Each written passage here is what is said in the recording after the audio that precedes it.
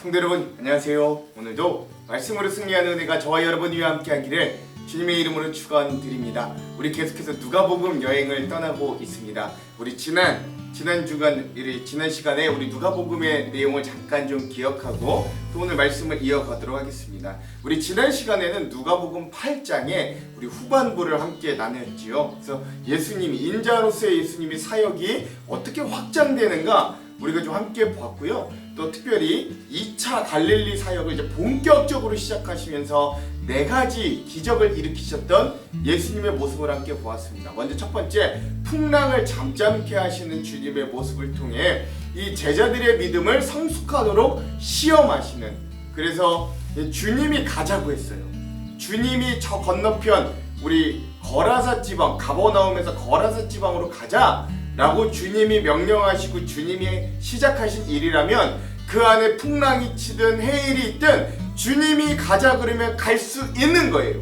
그 어떤 것도 주님의 사역, 주님이 하시고자 하는 일을 막을 수가 없는 거죠. 그러한 믿음, 그 너희 제자들이 내가 가자고 했으면 가는 곳까지 그 어떤 방해와 어려움이 있다 그래도 완성될 것이고 이루어질 것이니 그것을 믿으라 라고 하는 그 주님의 능력과 주권과 권능을 보여주셨던 그런 사건이다 라고 할 수 있는 겁니다. 두 번째 우리 사건은 거라사의 귀신 들린 청년을 고쳐주시는 모습을 통해서 오늘 그 한 영혼을 고치기 위해 기절하듯이 피곤하여 잠들기까지 하셨던 그 주님이 그 거라사라는 지방까지도 찾아가셔서 그 귀신 들려 고난받고 있는 자를 고쳐주시고 치유하여 주셨던 한 단계가 있다면, 또 하나 이 6,000명의 군대 레기온이라고 하는 이 집단 귀신이 들린 이 청년의 몸에 귀신이 나아가게 하시고, 또 거기에 있는 부정한 짐승 돼지떼, 다른 마태복음이나 마가복음에 보면 2,000마리 떼 정도 있다고 하는데 그 2,000마리 정도 떼지어 있는 그 돼지의 떼에게 이 귀신이 몰려가서 몰살하게 하는, 즉 이 로마의 군대, 이 힘으로 장악하고 있는 로마의 군대를 상징하는 레기온 귀신과 또 부정한 돈, 황금 만능주의를 상징하는 이 돼지떼가 만나서 주님 앞에 몰살당하고 오히려 새로운 생명을 얻고 새로운 삶을 얻은 자는 이 귀신에서 벗어난 이 한 영혼임을 기억할 때, 오늘 이 황금 만능주의, 오늘 돈과 탐욕과 욕심 가운데 살고 있는 우리들에게도 주님은 무엇이 진짜 중요한가, 무엇이 진짜 소중한가를 알려주시는 그런 귀한 말씀이었다라는 메시지도 함께 나눴고요. 마지막, 이 회당장의 야이로의 죽은 딸을 살리시고 그 죽어가는 딸을 살리기 위해 가는 도상 길에서 12년간 혈루병에 걸렸던 여인을 고치셨던 주님의 모습을 통해서 우리는 한계를 넘어 고치시는, 즉 율법의 한계를 넘어 이 부정한 여인이 자기를 만져도 용납하고 용서하고 치유하시는 주님,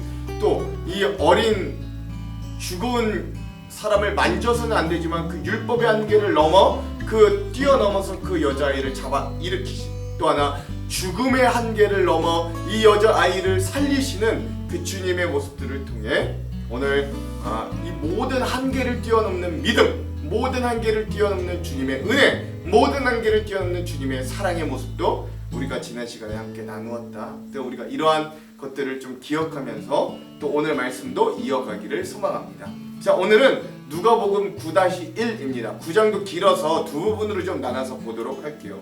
자, 오늘도 인자의 사역과 확장 5번째 시간이고요. 오늘의 분량은 9장의 전반부, 9장 1절에서부터 27절까지 우리가 함께 보도록 하겠습니다. 제목을 짓자면 예수님은 누구신가? 라고 하는 제목을 지어보았습니다. 자, 그럼 내용을 들어가기 전에 2가지 맥을 한번 짚어보고 갈게요. 먼저 첫 번째, 예수님께서 12제자를 파송하시고 그 제자들에게 전도 사역을 감당케 하시거든요. 이 장면을 우리가 살펴보면서 한번 깊이 좀 묵상해 보았으면 좋겠어요. 어떻게 하시는가, 그리고 또 어떤 능력을 주시는가, 또 어떻게 보내시는가, 무엇을 강조하시는가 잘 봤으면 좋겠습니다. 자, 두 번째, 오늘 이 베드로가 예수님에 대한 신앙 고백을 하는 장면과 또 그 고백을 들으시고 자신의 진짜 모습을 드러내신 이 예수님의 장면을 깊이 묵상하면서 또 제자도의 의미도 다시 한번 새겨보는 그런 시간들이 되었으면 좋겠습니다. 자, 이런 2가지 맥을 짚으면서 오늘 내용을 한번 들어가 보도록 할게요.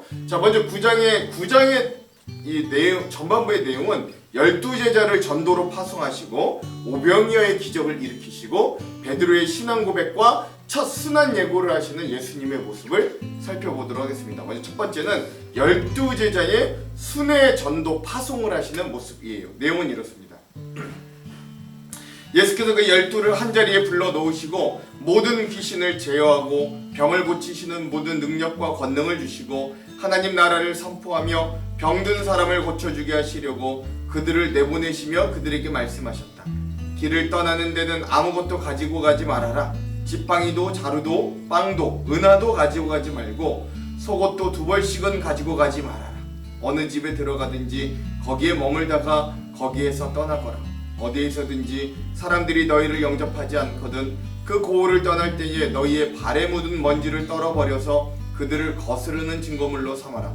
제자들은 나가서 여러 마을을 두루다니면서 곳곳에서 복음을 전하며 병을 고쳤다 라고 하면서 예수님이 드디어 세웠던 12제자들을 훈련하시고 그들을 사역의 자리로 파송하시는 모습을 볼 수 있습니다. 근데 이러한 이 전국적으로 퍼져가는 이 제자들의 능력 덕분에 이제 헤롯 왕이 두려워하는 모습을 또한 볼 수 있어요.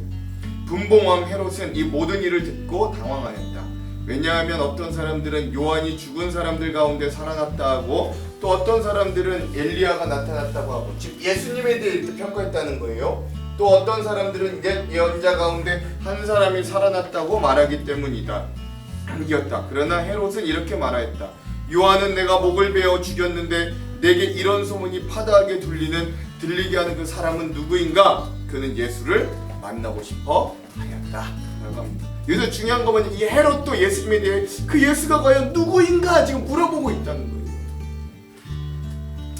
자, 그래서 예수님이 12제자를 파송하고 그들이 전국적으로 나아가 전도 사역을 감당하자 그 소문이 헤롯의 귀에까지 들려 왕인 헤롯도 두려워할 정도였다 라고 하는 사건이죠. 자, 두 번째는 오병이어 사건이 일어납니다.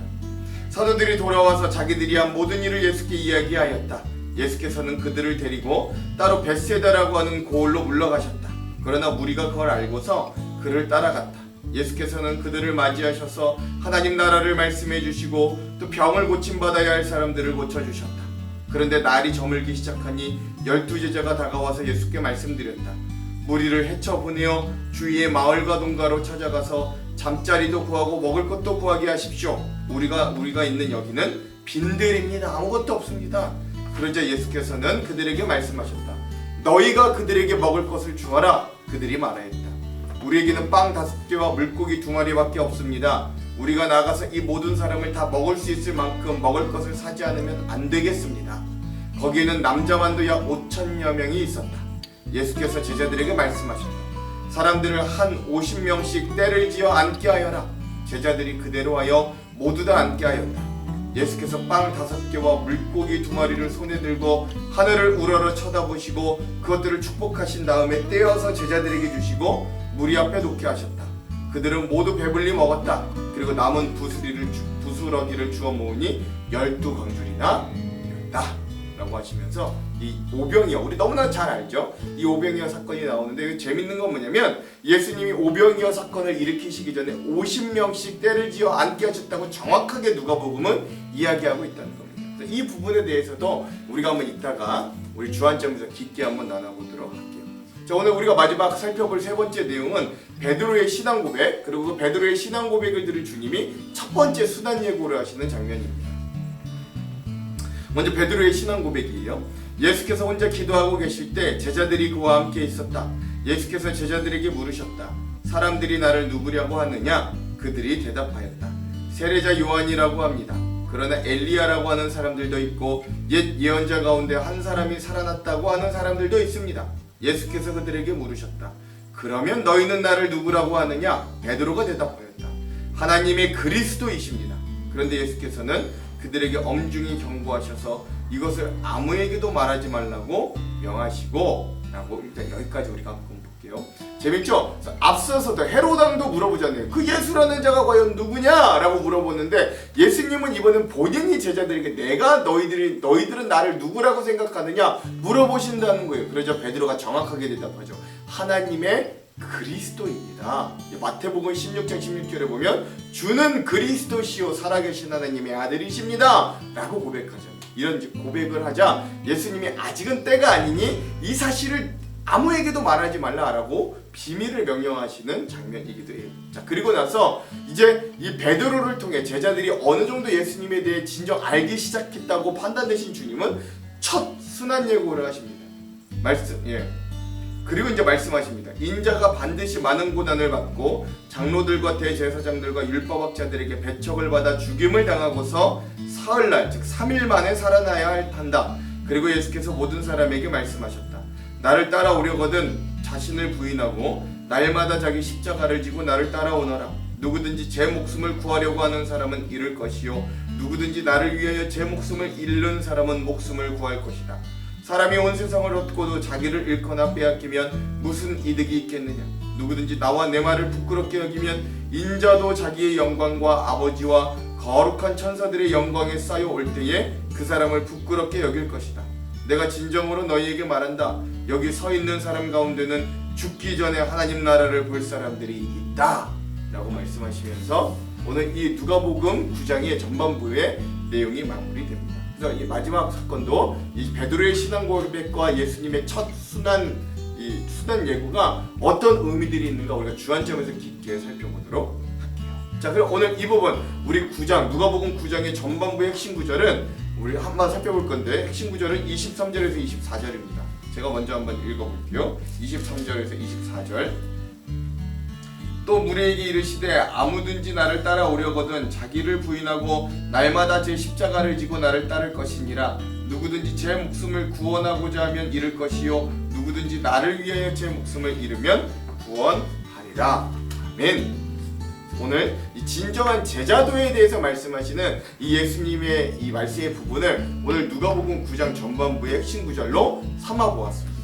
자, 그럼 오늘 이 부분 이 누가복음 9장 전반부에 대한 주안점 세 가지를 함께 나누고 오늘 말씀을 읽어볼게요. 먼저 첫 번째, 오늘 우리가 읽을 누가복음 9장의 전반부는 제일 먼저 12제자를 파송하시는 예수님과 이 제자들의 모습을 볼 수 있습니다. 지금까지의 사역은 예수님께서 직접 사역하시고 제자들은 그 뒤에서 보조의 역할을 감당했다면 이제 9장부터는 예수님께서 제자들을 통해 함께 일하시기 시작해요. 제자들을 준비하시고 가르치신 예수님은 이제 본격적으로 제자들과 팀 사역을 시작하십니다. 예수님께서 십자가에 죽으셔서 인류를 구원하시는 사건 이후에는 이 제자들이 해야 할 일을 예수님이 계실 때 미리 실행해 봄으로써 미래를 준비하고 또 훈련시키기 위함이었어요. 그래서 예수님은 제자들을 불러 모으시고 훈련하시고 이렇게 파송하십니다. 1절에서 2절. 예수께서 12제자를 불러 모으사 모든 귀신을 제어하며 병을 고치는 능력과 권위를 주시고 하나님의 나라를 전파하며 앓는 자를 고치게 하려고 내보내시며. 아멘. 이 말씀에서 예수님은 제자들을 내보내시다 라고 이야기하는데 이 단어 내보내시다 라고 하는 단어는 헬라어 원어로 아포스톨이라는 단어입니다. 그리고 이 아포스톨이라는 단어는 우리나라 말로는 사도, 즉 보냄을 받은 사람이라는 뜻으로 번역되었어요. 그리고 그 단어를 라틴어로 번역한 게 미시오라는 단어이고 이 미시오라는 단어에서 미션, 즉 선교와 미셔너리, 선교사라는 단어가 파송된 거예요. 즉 우리가 사도 베드로, 사도 요한, 또 나중에 다메섹에서 예수님을 만났지만 사도 바울이라고 부르는 것도 바로 예수님께서 그들을 선택하여 그들을 파송하고 보내셨기 때문인 거예요. 그리고 그렇게 보냄을 받은 제자들은 본격적인 전도 사역을 이렇게 시작합니다. 6절. 제자들이 나가 각 마을에 두루다니며 곳곳에 복음을 전하며 병을 고치더라. 아멘. 그렇죠. 예수님의 보내심을 받은 제자들은 각 마을로 두루다니며 곳곳에, 오늘날의 표현대로 말하자면 주변의 모든 마을과 각 도시로 구석구석에 복음이 필요한 곳이면 어디나 곳곳에 두루다녔다라고 할 수 있는 거예요. 예수님께서 이 제자들을 파송하시며 생명의 복음을 전하는 일에 선교사들로 그들을 세우시고 아픈 병을 고치고 약한 것과 현장의 현실적인 필요를 채우시며 하나님의 나라를 전파하게 하셨다라는 것이죠. 중요한 건 그 제자들의 사명이 오늘 우리들에게도 여전히 이어진다라는 것입니다. 우리 모두는 주님을 따르는 예수님의 제자들이에요. 제자라면 예수님의 부르심을 받아 먼저 구원받은 사람들이고 새 생명을 얻은 빚진 자로 그 구원의 소식을 전할 책임이 있습니다. 예수님께서는 부활로 승천하시기 직전에 제자들에게 이런 지상의 명령을 주셨어요. 즉 제자라면 이 명령을 꼭 따라야 돼요. 마태복음 28장 19절에서 20절. 그러므로 너희는 가서 모든 민족을 제자로 삼아 아버지와 아들과 성령의 이름으로 세례를 베풀고 내가 너희에게 분부한 모든 것을 가르쳐 지키게 하라. 볼지어다 내가 세상 끝날까지 너희와 항상 함께 있으리라 하시니라. 아멘. 이 방금 읽었던 이 말씀대로 예수님은 남은 제자들에게 사명만 주신 것이 아니라 내가 세상 끝날까지 너희와 함께 하시리라는 약속도 주셨어요. 즉 우리가 하나님의 나라의 복음을 전파하기 위해 나아갈 때 담대하게 나아갈 수 있는 근거가 바로 이 말씀 때문이기도 합니다. 주님께서 부르신 사람은 주님께서 보내주시기도 하고 주님께서 책임져 주시기 때문에 그래요.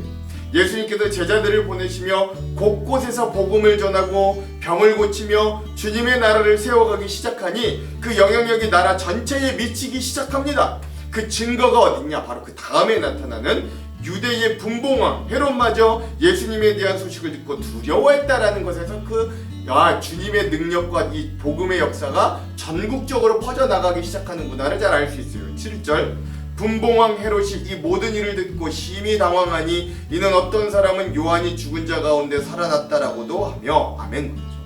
헤롯 왕까지 당황하게 할 정도로 곳곳에 하나님의 기적이 일어나고 복음이 편만하게 펴지기 시작합니다.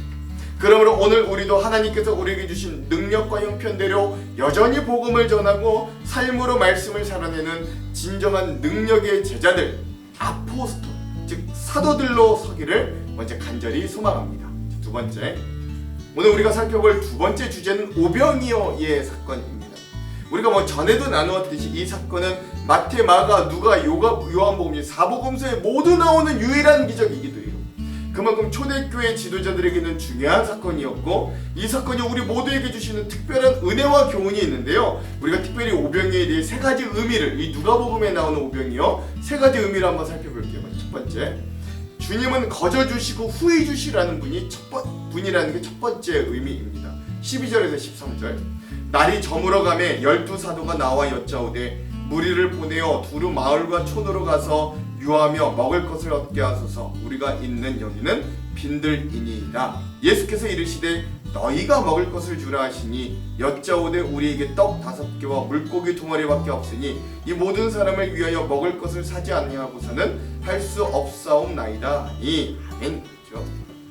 이 예수님은 제자들을 이 무리들로 제자들은요 예수님께 이 무리들을 이제 돌려보내자라고 했지만 주님은 너희가 먹을 걸 주라라고 말씀하십니다. 비록 가진 것이 보잘것없을지라도 주님은 적게 가진 것 그것으로도 할 수 있는 일을 제자들이 한다면, 그리스도인들이 한다면 주님은 그걸로 기적을 일으키신다는 거예요. 즉 하나님은 오늘 우리의 분량과 가진 것만으로 일하시는 분이 아니라는 겁니다. 우리는 적은 것으로 헌신하지만 하나님은 그 적은 것을 들어 놀라운 것으로 보답하시고 역사하시는 거예요. 그런 은혜를 우리가 오병이어에서 먼저 첫 번째로 기억할 수 있어요. 즉 주님은 거저 주시고 후히 주시는 분입니다. 자, 둘째 우리가 살펴볼 의미는 하나님의 일은 질서를 따라 행해야 된다라는 것도 배울 수 있습니다. 14절에서 15절. 이는 남자가 한 5,000명 됨이러라. 제자들에게 이르시되 때를 지어 한 50명씩 앉게 하라 하시니 제자들이 이렇게 하여 다 앉힌 후 아멘. 그렇죠? 즉 뭐냐면 주님도 일하실 때 그냥 일하시지 않고 질서 정연하게 일을 하셨다는 거예요. 교회는 그리스도의 모든 은사들을 정해진 질서에 따라 받아야 됩니다. 음식을 잘 분배하고 정확한 인원을 파악하여 그룹을 나누어 앉게 하셨던 것처럼 말이죠. 예수님은 사역과 기적을 막 일으키시지 않으셨습니다. 그 일에도 순서가 있고 질서가 있었어요. 그리고 예수님께서 정하신 질서에 맞을 때 비로소 주님은 일하고 은혜를 베푸셨습니다.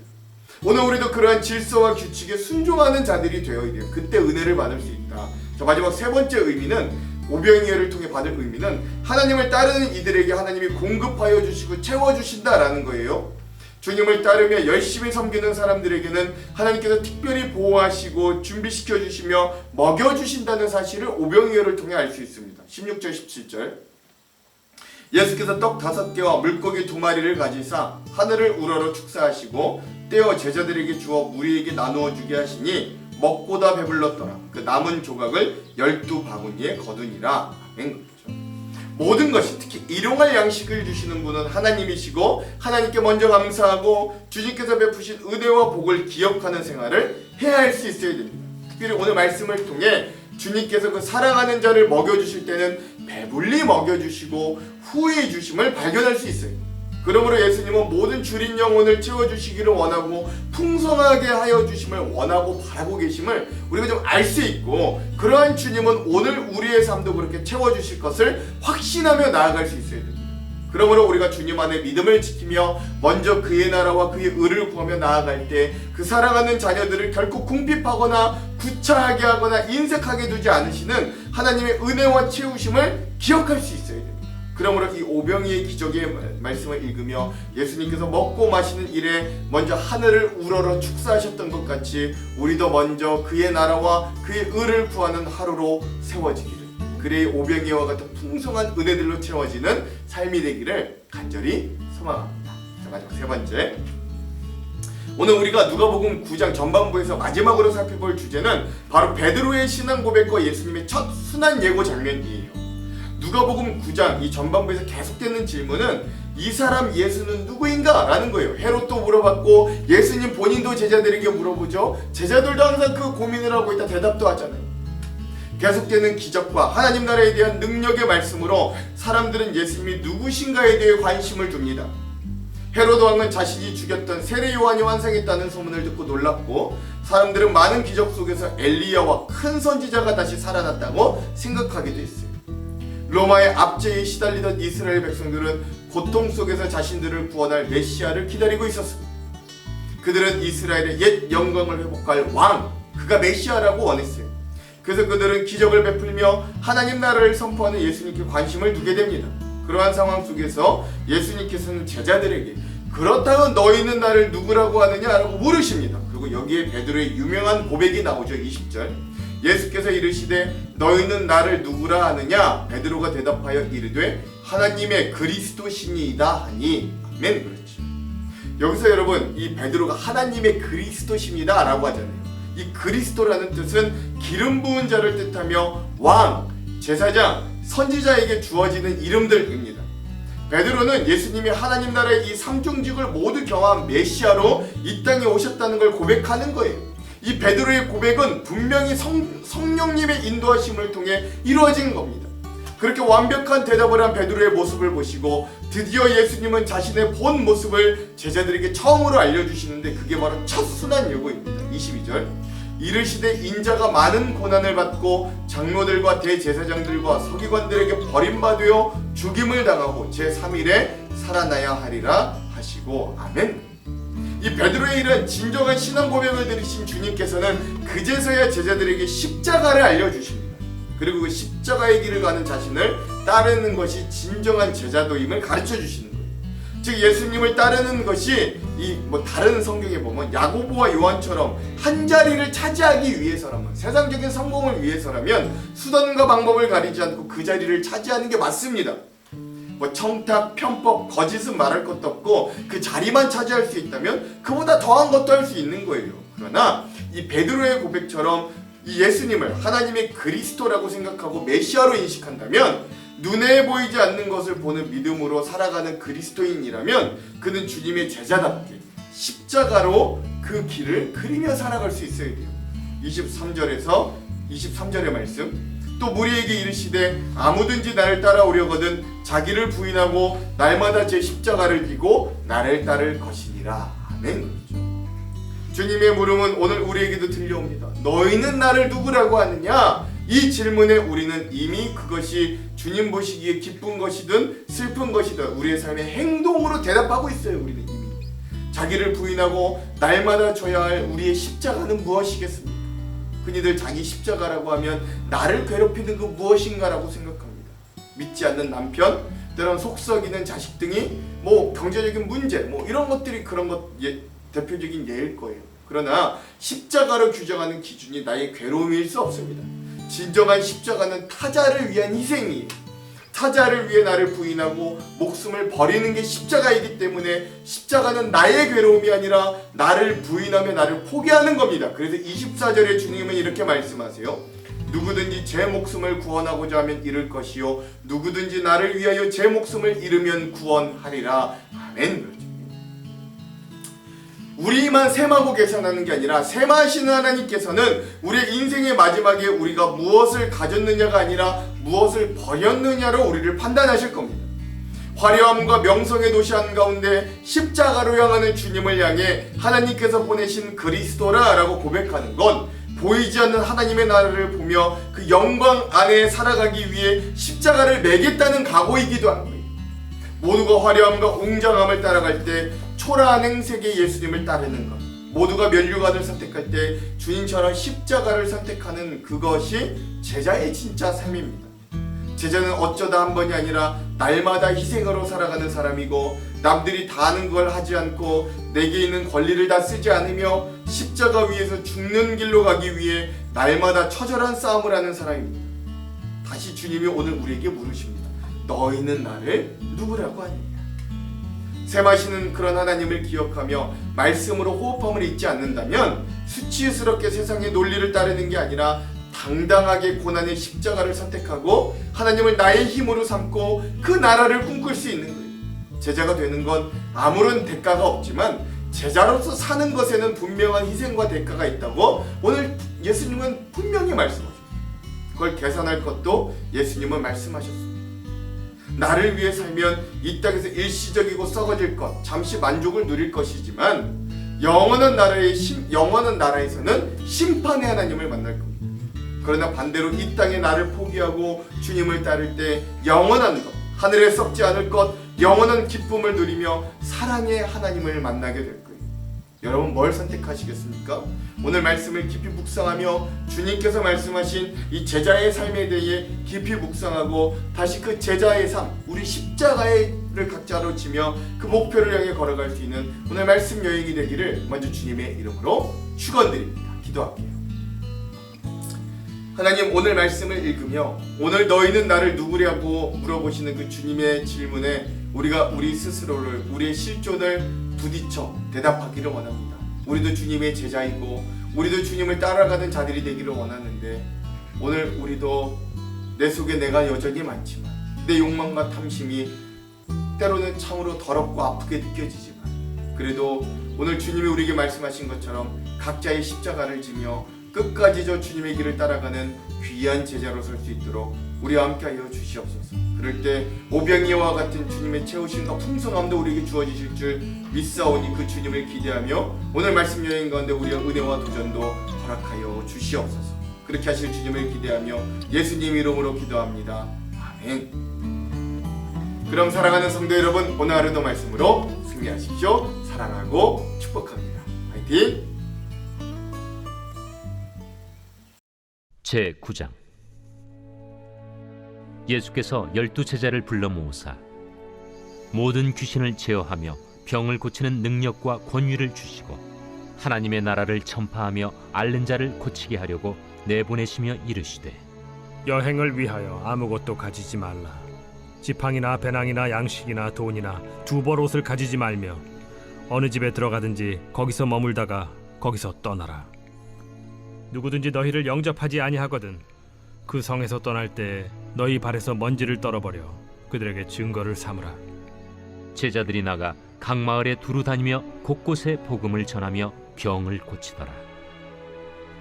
분봉왕 헤롯이 이 모든 일을 듣고 심히 당황하니 이는 어떤 사람은 요한이 죽은 자 가운데서 살아났다고도 하며 어떤 사람은 엘리야가 나타났다고도 하며 어떤 사람은 옛 선지자 한 사람이 다시 살아났다고도 함이라.